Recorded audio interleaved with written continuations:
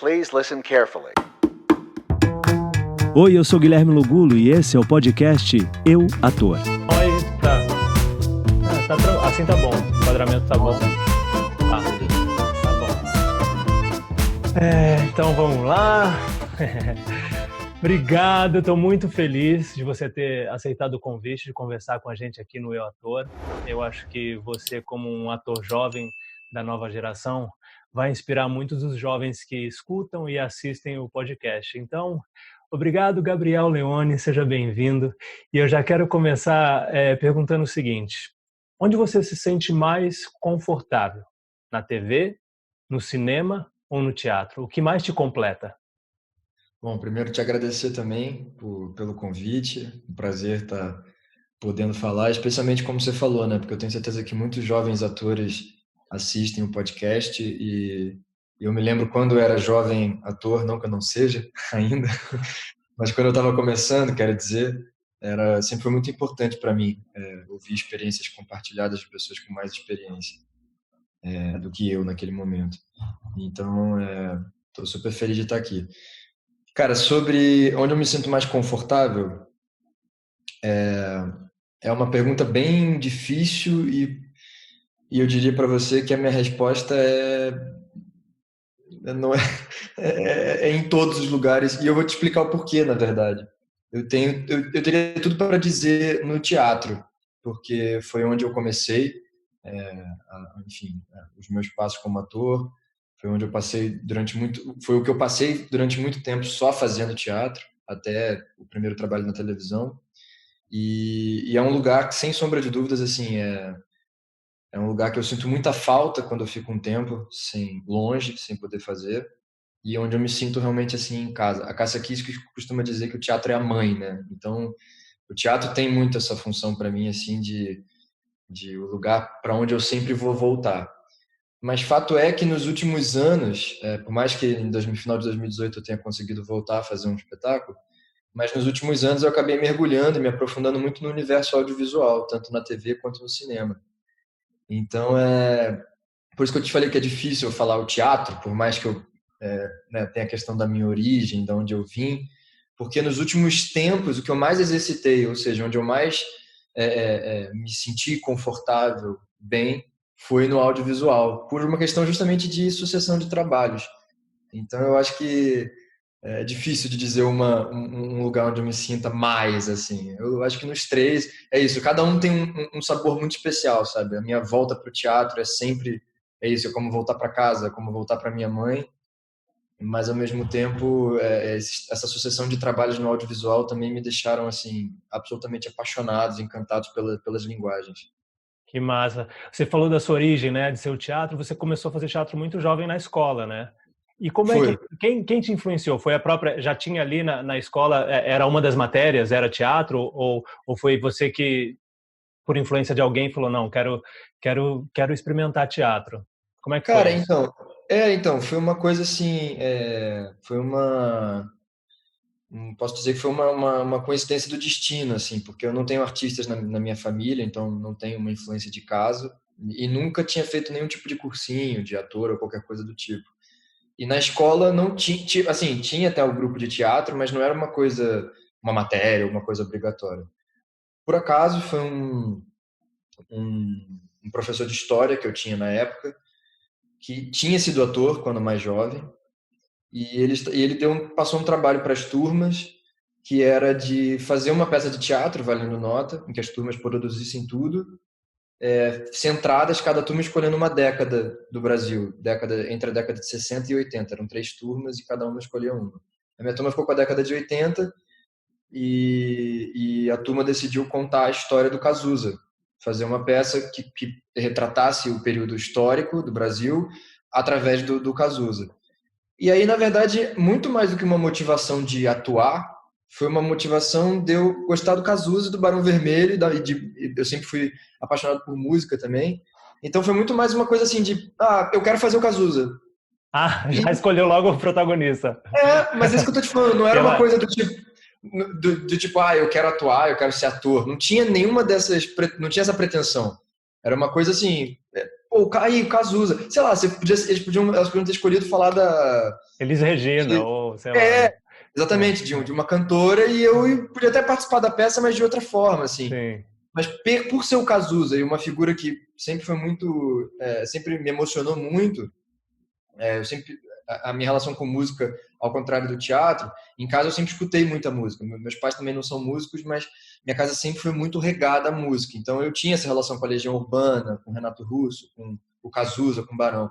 Então foi um ímpeto muito mais nesse sentido, muito mais pela música do que pela atuação. E era tipo assim, one night only, sabe? Era tipo uma noite para os pais, valendo nota, apresentação e tal. E aí, cara, assim, naquela época, logicamente, um processo super intuitivo, uma coisa que eu fiz meio assim, é isso, muito mais assim de querer levar a coisa a sério, era de ficar assistindo os vídeos do Cazuza, de ficar vendo o jeito dele, assim, e tal, mesmo que ninguém tivesse... É isso, assim, o cara era uma coisa assim, vai aí, vão e façam. E aí, cara, fizemos o trabalho, fizemos o negócio no teatro, a apresentação, e eu lembro que rolou uma mágica, que é a mágica do teatro, né? Que assim, eu lembro de me sentir estranhamente confortável, mesmo com toda aquela pressão de a responsabilidade do texto decorado, aquela luz quente na cara, plateia, aquela coisa do ao vivo, mas estranhamente eu me senti bem, sabe? Assim, tipo, enquanto, sei lá, os meus amigos, os meus companheiros, a galera tava com uma tensão, uma coisa assim. Eu tava também, lógico, nervoso, com aquele frio na barriga, mas tinha um prazer. Eu senti um prazer de fazer aquilo ali. E no final da peça, quando eu fui sair, assim, por trás do teatro, o pessoal foi sair, os pais estavam aglomerados, assim, do lado de fora do teatro e começaram a me aplaudir. E as pessoas vinham falar comigo como eu me emocionei, porque eu vi o Cazuza, que não sei o que, umas coisas assim. Legal. E aí aquilo mais do que nunca, é óbvio que eu tenho inclusive esse vídeo, aquilo mais do que nunca era algo absolutamente amador e sem consciência de nada.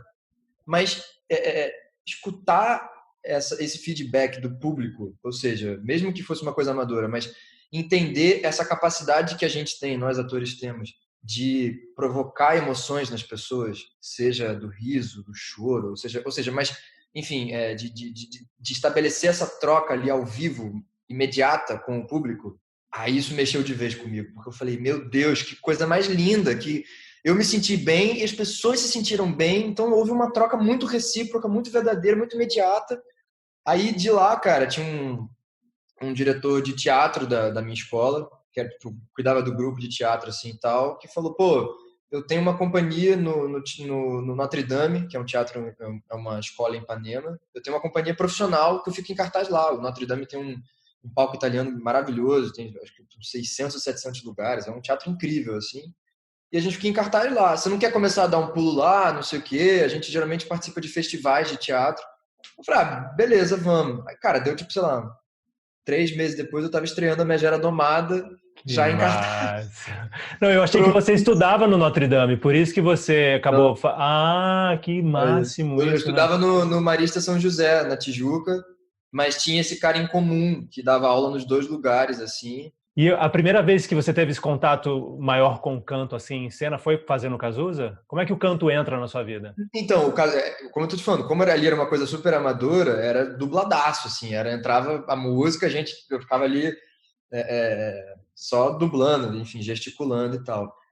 O canto, cara, na verdade, olha que curioso, né? O canto vem do seguinte, mais ou menos nessa época que eu comecei a fazer teatro, rolou, assim, na escola, eu não tenho vergonha nenhuma de falar, mas começou a rolar aquele movimento dos meninos aprenderem a tocar violão, muito para tocar para as meninas, para ser um diferencial, aquela coisa assim.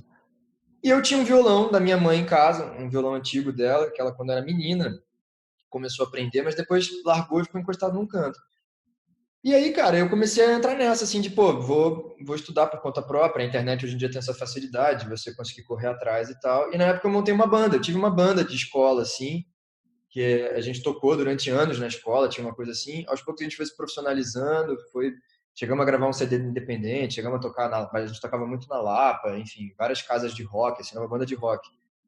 Então eu tinha esse vínculo, eu comecei a ter esse vínculo com a música. Mas na banda eu fazia backing vocal, tocava guitarra, então era uma coisa assim, não era Mas era autoral? Era um som autoral ou vocês faziam só covers? Autoral e cover também. Mas eu legal. comecei a compor na época. Esse CD independente que a gente gravou era todo com músicas nossas. E aí, cara, enfim, fui caminhando com a banda, com a companhia de teatro e tal. E aí chegou um momento que eu decidi sair da companhia, comecei enfim, correr atrás de teste, mandar meu material para tudo que é lugar e tal. E eu lembro, cara, que eu não tinha no Rio, assim, como eu acho que ainda não deve ter, tantas oportunidades de teste para teatro sem ser musical. Por coincidência, foi um momento que tava ali o boom muito grande do musical. A coisa tava tipo, a coisa começou um pouquinho antes, mas tava tipo, ou seja, tava subindo a cada ano. Você tinha quatro ou 5 musicais ao mesmo tempo em cartaz na cidade. Exatamente. E isso, assim, musicais grandes, fora os infantis, nos shoppings, enfim. Então a coisa tava pegando muito. E eu tava nessa, assim, de procurando e não achava. Eu até então só tinha feito, como eu te falei, tinha feito mais clássicos, mais teatro sem vínculo com musical. E tudo era audição. Eu falei, cacete, bicho, puta, eu quero me jogar nisso também, mas assim, se eu for me jogar nisso, eu vou querer fazer direito. Então, eu falei, bom, eu preciso estudar. Já que eu nunca estudei interpretação e venho meio nessa, assim, catando cavaco, aprendendo na prática, mas eu sei que musical é uma outra parada, tem uma outra disciplina, até porque eu vou ter que audicionar cantando e dançando, e eu não tenho experiência nisso. Eu cantava, fazia backing vocal na banda, mas não tinha uma coisa de realmente técnica, uma consciência. Aí eu lembro até hoje, assim, que acho que um dos primeiros professores de canto que eu procurei foi o Mef, sabe o Mef? Sei. Então, e eu lembro de ter, na primeira aula que eu fui com ele, aquela coisa meio aula experimental, eu perguntei exatamente isso pra ele, eu falei, cara, eu tô aqui pelo seguinte, eu quero que você me diga se eu tenho condições de cantar.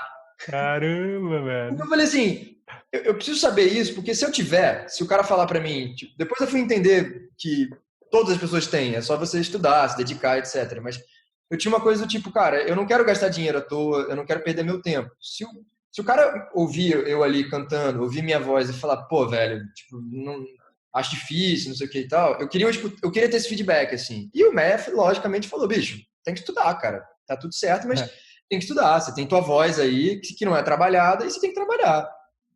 E aí eu comecei, enfim, a experimentar alguns professores de canto, assim, e tal, até que eu achei o meu professor de canto, o Raul Serrador, com quem eu estudei durante mais de 2 anos, toda semana, particular, enfim. E na época eu consegui uma bolsa de dança também, numa escola de dança na Tijuca, a Petit Dance. Sim, que massa. E aí na época eu fiz um pouco de balé clássico, fiz um pouco de jazz também, em paralelo com as aulas de canto. E aí quando eu comecei a estudar, eu falei, bom, agora eu estou começando a ter uma confiança, uma segurança maior de audicionar, pelo menos. Eu lembro que a primeira grande audição que eu fiz foi o Shrek, inclusive. Um musical, claro. Que foi uma vergonha, foi um mico absurdo, assim, porque eu tava me jogando, era moleque, tipo, primeira audição que eu mandei material e que os caras me chamaram pra audição. E aí aquela coisa de banca, assim, de a banca longe pra cacete, o pianista longe pra cacete, e entregar partitura, aquela situação toda, você no meio lá e... Tenso pra cacete. E eu lembro que nessa audição tinha que sapatear. Aí eu consegui um sapato de sapateado emprestado com um amigo, e eu não sapateava, aí me ensinaram uma besteirinha só pra eu fazer, assim. Enfim, eu fui me jogar, eu falei, cara, eu preciso começar, tipo, a tomar porrada, eu preciso começar a ganhar casca pra isso, sabe, assim. Mas essa audição do Shrek foi muito marcante pra mim. E aí a audição seguinte, nesse meio tempo eu comecei a pegar uns musicais infantis no Shopping na Gávea, com Cláudio Figueira, comecei a fazer umas coisas assim. E eu lembro que a audição que realmente me deu uma moral foi o Alô Dolly, a audição foi no Jockey, aqui inclusive no Rio. Eu lembro que fui com vários amigos, que era uma galera da Unirio, na época, que fazia os musicais da Unirio, uma galera que eu fiquei muito amigo e tal. E eu lembro que tava assim, entravam 5 e passavam 2 sempre, entravam 5 e passavam 2. E eu já assistia muito musical na época, e eu via muita gente que eu via nos palcos, nos musicais grandes, não passando no canto na primeira fase. Tipo, saindo da sala, tipo assim, não passei, não sei o quê. Entravam 5, saíam 2, e ficavam 2, 3 e 1 embora. Eu falei, eu não vou passar de jeito nenhum nessa porra. Não vou passar por nada, assim, sabe? E o teste era, por coincidência, era o Mef tocando no piano, e o teste pro Miguel. Era o Miguel e a Fernanda Chama. Teste pra eles dois.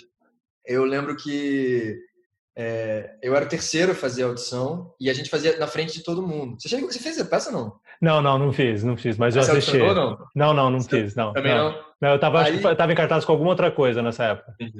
aí, cara, só rapidinho assim, eu lembro que eu era o terceiro a cantar. Aí o primeiro cara que cantou bem pra cacete, eu falei, eita, esse cara tá dentro, óbvio. Aí o segundo cara cantou, tipo, mas era um cara mais velho, o cara cantou com segurança, assim, e tal, e, tipo, eu falei, puta merda, aí lá vou eu. Aí eu lembro até hoje, eu nunca comentei isso com o Miguel, eu tenho que um dia comentar isso com ele, mas eu lembro até hoje que minha música de audição durante muito tempo foi Out There, do Corcunda. Pô, difícil.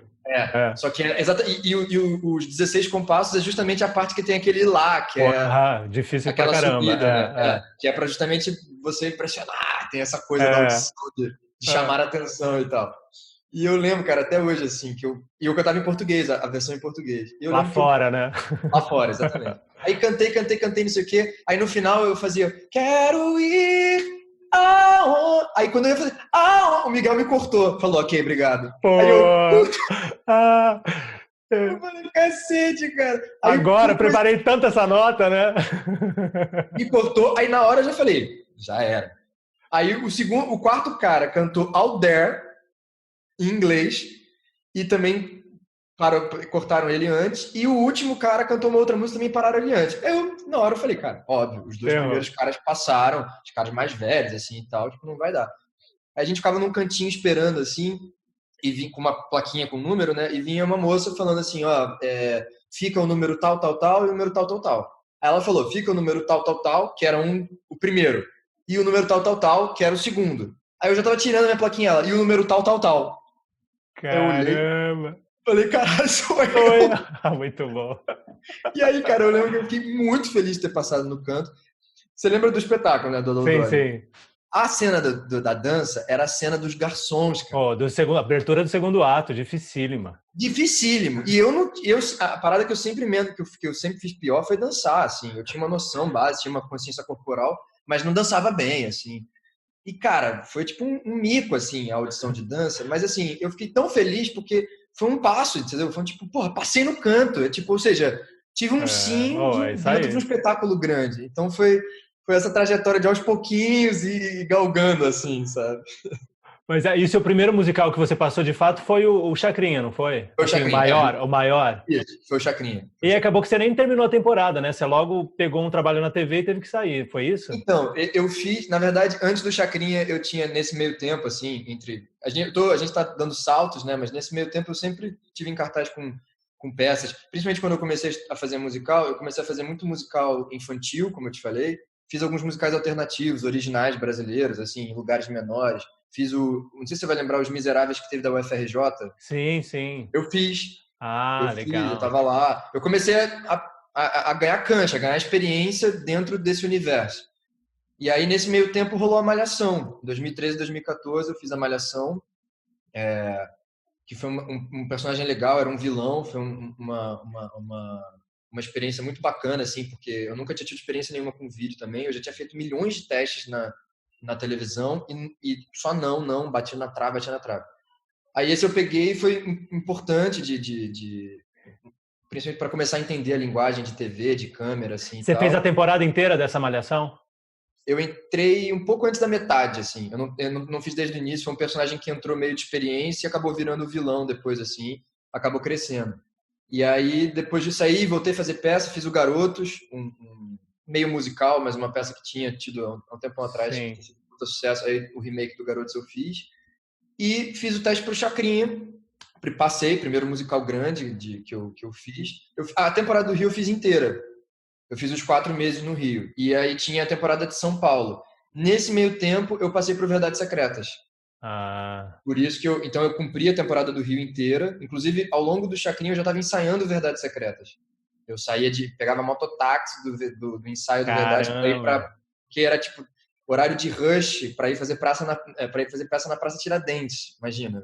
Nossa, tipo, não, ali era difícil, o acesso. Se chovesse, então, não tinha peça.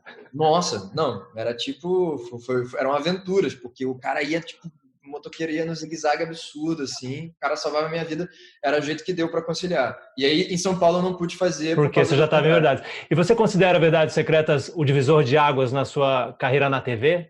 foi que mais te deu essa exposição?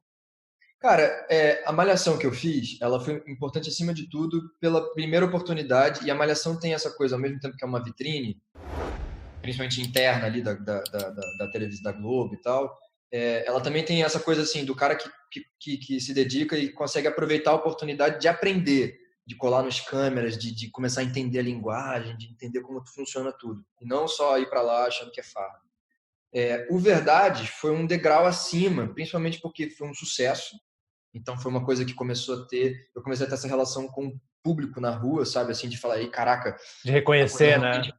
a coisa tomou uma proporção maior, assim, e era um personagem muito legal também, assim. Agora, eu acho que realmente divisor de águas, assim, um personagem que me deu uma credibilidade artística, assim, das pessoas começarem a olhar e falar assim, caraca, olha o trabalho desse menino, foi o Velho Chico, que foi o meu trabalho seguinte, que eu acho que foi um... Que era a segunda fase, né? Você fazia o filho da Camila Pitanga. Isso, exatamente. Era a segunda fase, mas que foi a fase com a novela inteira, né? Então foram, sei lá, fiz quase 200 capítulos e era um personagem, não era também o protagonista, mas ele tinha uma função muito importante na trama e era um personagem que teve muito destaque, muito, enfim, teve um envolvimento muito forte ali com os protagonistas, com a Camila, com o Domingos e tal. E eu acho que tem a ver com amadurecimento, inclusive, também. O Verdades era o meu segundo trabalho na TV, então eu ainda estava entendendo, experimentando aquele universo novo, assim. Foi, sem sombra de dúvidas, muito importante, porque por ter sido um sucesso, as pessoas começaram a, pelo menos, eu entrei pro mapa, vamos dizer assim, sabe? Sim. Tipo assim, estou aqui, eu existo. Mas eu acho que em termos de estou aqui e olha o meu trabalho, foi o Velho Chico, entendeu? O Velho Chico. Mas é porque é um universo muito diferente, né? E é isso, eu acho que o exercício de fazer, de estar ali naquele espaço, pode ser o primeiro trabalho não é tão bom, aí o segundo você já entende, tá, é isso, eu tenho esse tempo, porque é muito diferente, né? O teatro você tem o tempo do ensaio, que é primoroso, né? Na TV é tudo mais rápido, né? E aí eu queria entender, por exemplo, para fazer no cinema, o Roberto Carlos, como é que foi isso para você?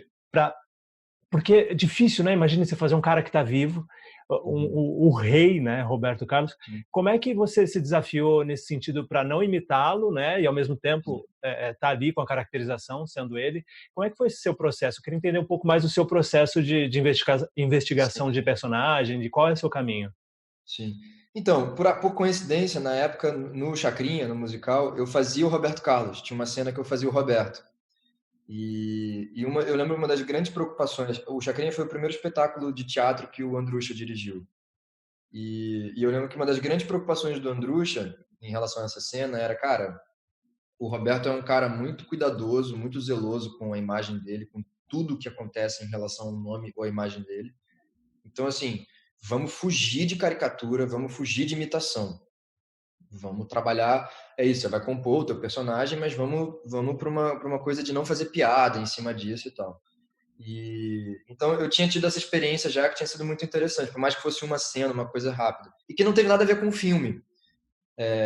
O filme eu fiz teste. O Chay tinha sido escolhido já como Erasmo, até porque a questão do filme foi, o diretor teve a ideia que ele falou, cara, eu quero ter 3 atores que façam Erasmo, Roberto e Vanderleia que cantem. E quando ele acertou no Chay de fazer o Erasmo, o Chay canta, o Chay toca e tal. Então ele falou, bom, se eu vou ter um Erasmo que canta, eu quero ter um Roberto e uma Vanderleia que cantam também. Então eles abriram os testes já focados em atores que cantavam, que estavam já trabalhando com a coisa do musical. Então foi uma coincidência de eu ter feito meio que quase logo em seguida o mesmo personagem, mas não foi uma coisa, tipo, muita gente acha que, viram você na peça e te chamaram. Não teve nada a ver. Foi uma coisa, tipo, fui lá, fiz teste, botei a cara e peguei o personagem. E como te falei, assim, como eu nunca tive uma formação acadêmica, assim, de fazer um curso, de ter uma teoria, o meu processo sempre foi muito ou intuitivo ou de coisas que eu escutava alguém falando, um toque que alguém me dava, ou alguma coisa que eu assistia num espetáculo e eu experimentava comigo e tal. Então sempre foi um processo meio autodidata nesse sentido. E aí o que começou a colaborar muito com o meu processo foram as experiências a cada trabalho que eu tinha, principalmente com os preparadores. Óbvio que com as pessoas que eu contracenava, com o elenco, com os diretores, mas principalmente com os preparadores, que cada preparador tem a sua filosofia, às vezes tem um método, às vezes tem uma coisa, um caminho para você experimentar. E aí eu comecei a aproveitar muito isso, porque eu me abria para aquilo ali e guardava comigo o que me servia, o que ficava de bom. E ia caminhando, caminhando, caminhando. Então, no filme, por exemplo, no filme do Erasmo, que eu faço o Roberto, eu tive o privilégio de trabalhar pela primeira vez com a Maria Silvia, que é uma preparadora muito bacana, e com o Felipe Abib, a parte de canto. Sim, que é fantástico. Que é fantástico. E o Felipe, inclusive, é um preparador vocal muito, muito, não só preparador, né, mas professor de canto, etc. e tal. Ele é muito focado em utilizar o teu material verdadeiro, o teu material humano, e não em forjar uma voz ou te fazer assim. Na interpretação do texto mesmo, né? Da canção. Exatamente, o Felipe é um cara muito focado nisso. Então, mais do que nunca, tanto ele quanto a Maria Silvia, o processo de investigação que a gente entrou para esse personagem era exatamente, vamos fugir total de caricatura, de imitação, de tudo isso. Por quê? Acima de tudo, essa fase que a gente conta no filme, da vida do Roberto, do Erasmo e tal, Jovem Guarda, não tem registro disso. Tipo, algumas pessoas, sei lá, as nossas avós viveram isso, mas pensa só, elas viram isso, primeiro, numa era em que você não tinha internet, então você via uma coisa ou outra numa revista, e no caso deles você viu o programa da Jovem Guarda em preto e branco. Ou seja, a gente ia fazer esse programa colorido e a gente ia viver essa história que ninguém sabe como foi. Digo assim, no sentido, ninguém viu, não tem registro disso, você tem pouquíssimas imagens dessa época. Então, mais do que nunca, a gente falou, bom, vamos... É isso, é Roberto Erasmo com 16 anos, não o Roberto Erasmo que a gente vê na televisão hoje em dia. Eles mudaram, eles amadureceram também, né? Exatamente. Então, mais do que nunca, vamos fazer um estudo, um levantamento da essência deles, das principais características vocais, físicas, de comportamento, etc. e tal, e vamos trabalhar em cima disso no nosso texto, com improvisos ou exercitando a parte do canto, etc. e tal, até um ponto em que a gente encontre a minha verdade, a verdade do Chay, com aquelas características, sabe? Que aquilo não fosse algo programado, tipo, nessa cena você vai fazer assim, nessa cena o seu canto. Não, era uma coisa assim. Ainda teve uma coisa interessante, que a gente gravou as músicas antes de filmar. A gente foi para estúdio durante uns 3, 4 dias, com a banda atual do Erasmo. Eles regravaram todos os arranjos originais, mas a banda atual dele tocando. Que massa! E a gente ficou esses dias no estúdio com o diretor, com o Felipe Abib. Foi muito importante nesse sentido, a gente achar essa voz que assim, é a minha voz, sou eu, Gabriel, cantando, com pinceladas de Roberto, com uma alusão ao Roberto, e não imitando, porque eu não sou imitador, o Chay não é imitador, então a gente nem tem capacidade de fazer isso, entende? E acima de tudo, a gente não está fazendo um filme de imitação, a gente está fazendo um filme de uma dramaturgia, personagens, como você falou, que estão vivos, e acima de tudo a nossa intenção era homenagear, e não ou fazer piada, ou imitar, ou qualquer coisa. Então, esse processo foi muito interessante, por isso que eu estou te falando que, assim, eu sempre tive esse meu processo intuitivo, mas eu sempre gostei muito de embarcar e de aprender com o processo de cada trabalho, sabe? Cada trabalho me acrescentou muito nesse sentido, assim, para a minha formação, digamos assim, sabe? E você acha, porque assim, por exemplo, dependendo da obra que você vai fazer, do trabalho que você vai fazer, você não tem muito essa preparação. Você vê diferença quando você, por exemplo, num filme que você teve essa experiência de em estúdio cantar, de fazer esse trabalho com a preparadora, né, corporal, o preparador vocal. Qual é essa diferença? Assim, você acha essencial ter esse trabalho? E aí, quando não tem, como é que você faz? Cara, eu acho essencial, sem sombra de dúvidas. Eu acho que isso não sei, a sensação que eu tenho é que é quase um... Por mais que cada um tenha o seu processo, mas é um fato que quando você vai pegar um texto, quando você vai encontrar um personagem, quando você vai... a coisa não é imediata, né? Você precisa de um processo de maturação, de aproximação daquilo. Então, seja lá qual processo vai ser, eu acho fundamental esse esse antes do que for. Como você falou, o teatro naturalmente já tem a coisa do processo do ensaio, que é onde a gente vai experimentar, errar, criar, etc. E ao longo da temporada isso continua acontecendo. É diferente um pouco de uma cena que você filma e valeu a cena e a cena tá lá, pronto. O máximo que o cara depois pode mexer é na edição, tirar uma parte, mudar a ordem de uma coisa. Mas, ou mal, o teu trabalho está entregue ali, né? Ele vai ser manipulado depois, mas o que você fez está ali, está entregue. O teatro você tem essa oportunidade de crescer ao longo. Mas eu acho que aí falando como um todo, assim, tanto para teatro, quanto para TV, quanto para cinema, eu vejo uma importância muito grande nesse processo de preparação, nesse processo de aproximação do texto, do personagem. E é o que você falou, nem sempre, eu já falei algumas vezes assim para atores mais jovens, alguma coisa assim e tal. Às vezes a gente fala disso num lugar assim do tipo, parece que qualquer trabalho que você vai ter, que você vai fazer, vai ter isso. A gente sabe que não é por aí, né? Isso é o melhor dos mundos, você ter, sei lá, 2, 3 meses de preparação, de pesquisa, de laboratório, de poder ir para campo. Isso é o melhor dos mundos. Até porque e isso acontece quando as pessoas envolvidas ou têm condições de bancar isso, de oferecer essa estrutura, ou quando as pessoas entendem a importância disso. Tem gente que simplesmente não se importa e não está afim de fazer. Agora, é isso, assim, é o que eu estou te falando, assim, graças a Deus, cara, assim, e as escolhas que eu fui fazendo também, acho que eu posso dizer que quase 90% dos trabalhos que eu faço há muito tempo tem sempre um processo de imersão, de preparação, de pesquisa.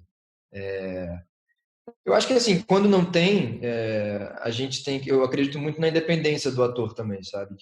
De ir atrás por conta própria também, como eu te falei, das suas pesquisas individuais, dos estudos que você vai fazer, e mesmo que você faça por fora. Eu canso de ver pessoas que às vezes, sei lá, vão e contratam um coach, contratam uma pessoa por fora, porque querem se preparar além daquilo ali que já existe, querem se preparar individualmente para aquilo. Então, eu acho que essa independência do ator também, seja através de um coach, né, de um outro profissional, ou seja, o ator consigo mesmo, né, o seu trabalho em casa de decupar, de pesquisar, de referência, eu acho que isso é fundamental, é isso, tendo preparação, não tendo preparação, sabe? Esse é o nosso trabalho de casa, né? Agora, exatamente. você, antes de parar tudo, né, da gente entrar nessa quarentena, você já estava gravando alguma coisa que você está na próxima novela, né? Sim, das 9. Das 9. E Das você 9. já estava gravando? Cara, então, eu tinha acabado de terminar de filmar uma série, que eu filmei entre o final do ano passado e o início desse ano. Eu terminei ali um pouco antes do carnaval, assim, de filmar. E eu ia começar em abril a fazer a novela. Eles já estavam filmando, porque o início era uma viagem, acho que para Praga, se eu não me engano, uma coisa assim, para Viena. Então eles começaram a filmar, sei lá, deviam ter filmado um mês, estavam começando, e em abril agora a gente ia começar estúdio, etc e tal.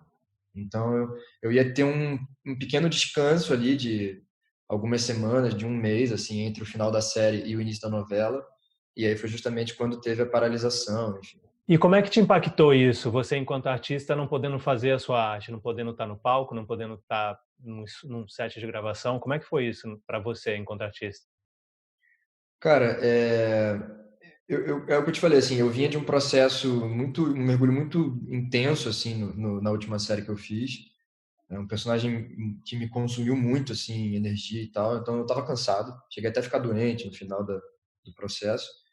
Então o meu corpo de alguma forma já estava precisando desse momento de descanso, eu já estava com isso na cabeça. Mas eu sou bem workaholic também, então eu já estava planejado de que eu ia dar esse relax e de imediato ia já embarcar num novo processo.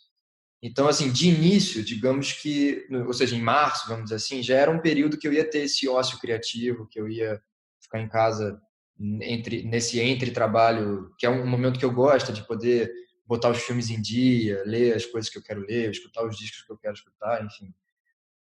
Mas é isso, a coisa começou a se alarmar, a se alargar cada vez mais e a gente foi, as previsões foram ficando para frente, a perspectiva só piorando e tal, e cada vez mais começou a cair a ficha de que talvez, sei lá, seja quase que um ano inteiro, não só para mim, como para a maioria dos artistas, praticamente sem trabalhar, né, cara?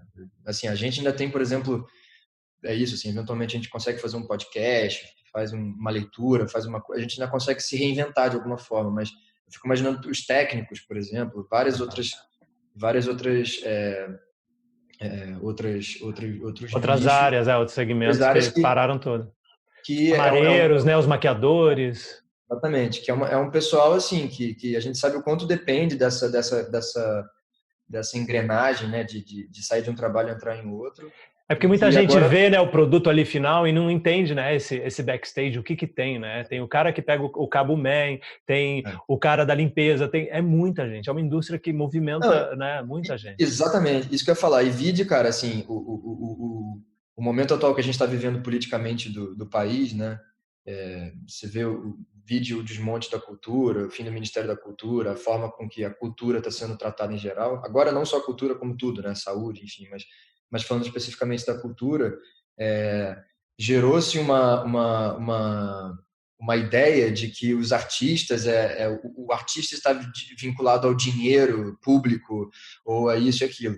E é isso, assim, quando você vai a fundo, é o que você está falando, é uma indústria que movimenta muito a economia, que gera não sei quantos empregos, ou seja, é uma faixa da indústria do país, de um país como o nosso, fundamental para que as coisas se estabeleçam, entendeu? É isso que a gente está falando, assim, quantas pessoas não vão passar o ano desempregadas completamente?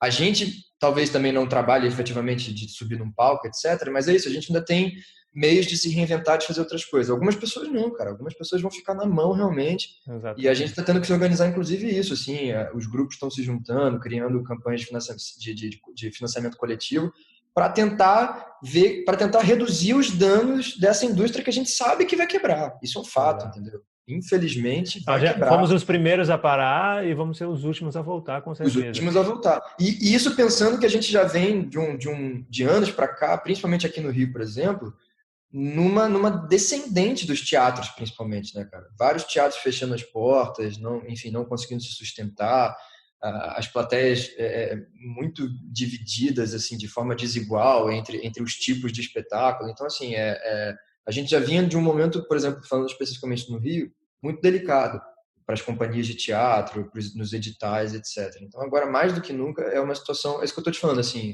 respondendo ao que você me perguntou. É lógico que eu me sinto impactado, porque eu não lembro a última vez, graças a Deus também, que eu fiquei sem trabalhar, sabe, durante tanto tempo assim. Mas, ou bem ou mal, cara, eu também agradeço pelo privilégio que eu tenho de poder segurar a minha onda durante esse tempo. E aí o que mais me dói, o que eu mais tenho pensado é justamente nos profissionais, como você falou, que são fundamentais para que a máquina, para que a indústria que a gente vive funcione. O que vai ser desses profissionais, né, cara? Então, eu confesso que me dói não poder estar atuando, exercendo o meu ofício, mas a minha preocupação tem sido muito nesse sentido como um todo, assim, sabe, cara? Do que vai ser do nosso ofício, da nossa profissão como um todo, sabe? A gente trabalha com aglomeração, né? A gente trabalha com gente. Como é que é isso, né? Desde a maquiadora que está aqui na sua cara até tudo muito... Até a cena. Até a cena, se eu for pensar, desde a figuração ou até, por exemplo, um contato que você tem de fazer, mesmo que não seja uma cena de beijo, uma cena de sexo, mas uma cena de uma briga, que a gente está falando na coisa, você toca. A gente trabalha com contato físico, com humano, né, cara? A gente não tem como fazer home office do nosso ofício, né? No máximo que a gente tem é de fazer uma reunião, uma leitura, uma coisa assim. Mas a execução em si é muito complicada, né? Exatamente. Agora, já para a gente já finalizar aqui, eu sempre faço essa pergunta para os convidados, se você, né, pudesse voltar lá atrás para o jovem Cazuza estudando ali, entrando no palco e tendo essa experiência, né, essa primeira experiência assim de impactar uma plateia e tocar uma plateia, o que esse jovem Gabriel diria para ele? Com toda essa bagagem que você já tem hoje, o que você, voltando lá, falaria para ele? Cara, boa essa pergunta. Eu acho que nunca me fizeram essa pergunta. Cara, eu confesso que assim,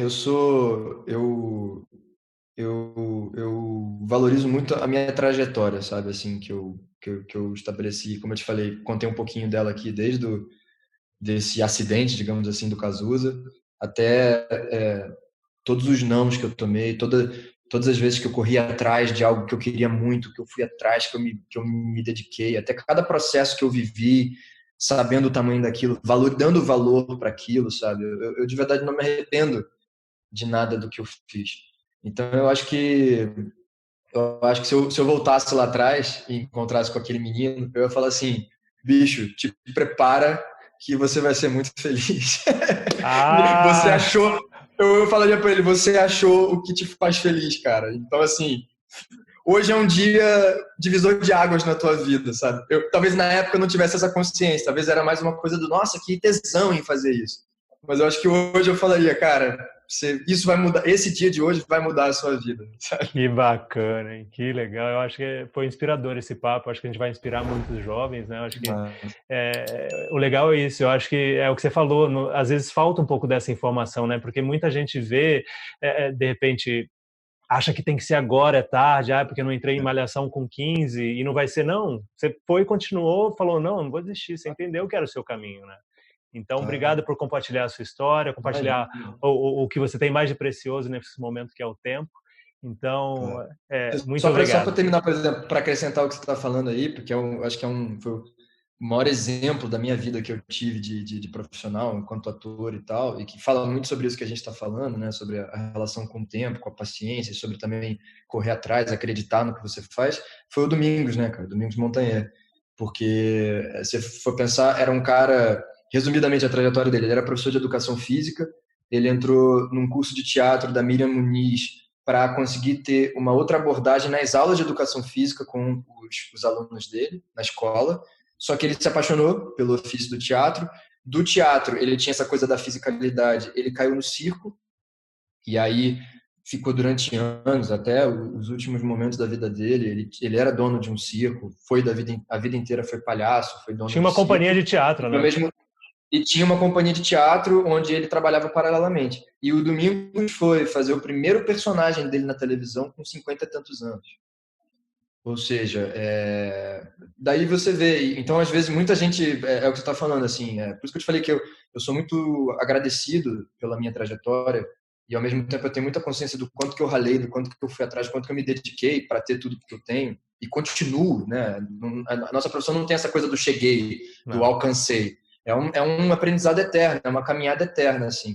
Então, eu vejo a trajetória desse cara, que com 50 anos foi fazer seu primeiro personagem na TV, e aí estourou, explodiu, foi conhecido pelo Brasil aos 50 anos. Ou seja, é isso, assim. Ele passou a vida inteira se dedicando, fazendo o que ele queria, e mesmo quando ele chegou nesse lugar da televisão, do sucesso, etc., ele permaneceu fazendo o que ele acreditava e o que ele queria.